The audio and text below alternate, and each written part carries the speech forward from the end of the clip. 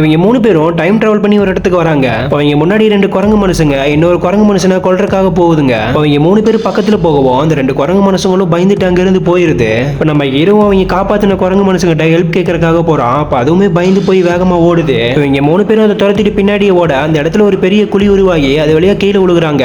அந்த இடத்துல நிறைய விழுதுகள் வந்து அவங்களோட காலை லாக் பண்ணி அவங்க 3 பேர்த்தையும் அப்படியே அலைக்கா மேல தூக்குது. இவங்க 3 பேரும் அந்த பக்கமா போறதுக்கு ட்ரை பண்றாங்க. அப்போ ஒரு பெரிய டைனோசர் இவங்களை கடிக்க வரவும் அது கரெக்டா அவங்களோட விழுத கடிச்சனையும் இவங்க 3 பேரும் கீழே விழுந்துடுறாங்க.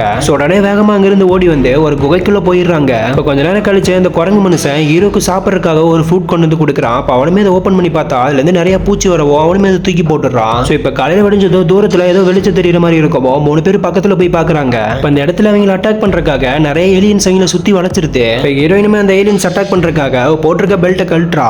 அந்த பெல்ட்ல இருக்க மெட்டல்ல சூரிய ஒளிப்பட்டு அங்க இருக்க 4 சிலைகள்ல பட்டதையும் அங்க ஒரு போர்ட்டல் மாதிரி உருவாகுது. அவங்க 3 பேரும் அது வழியா அங்க இருந்து தப்பிச்சிடுறாங்க.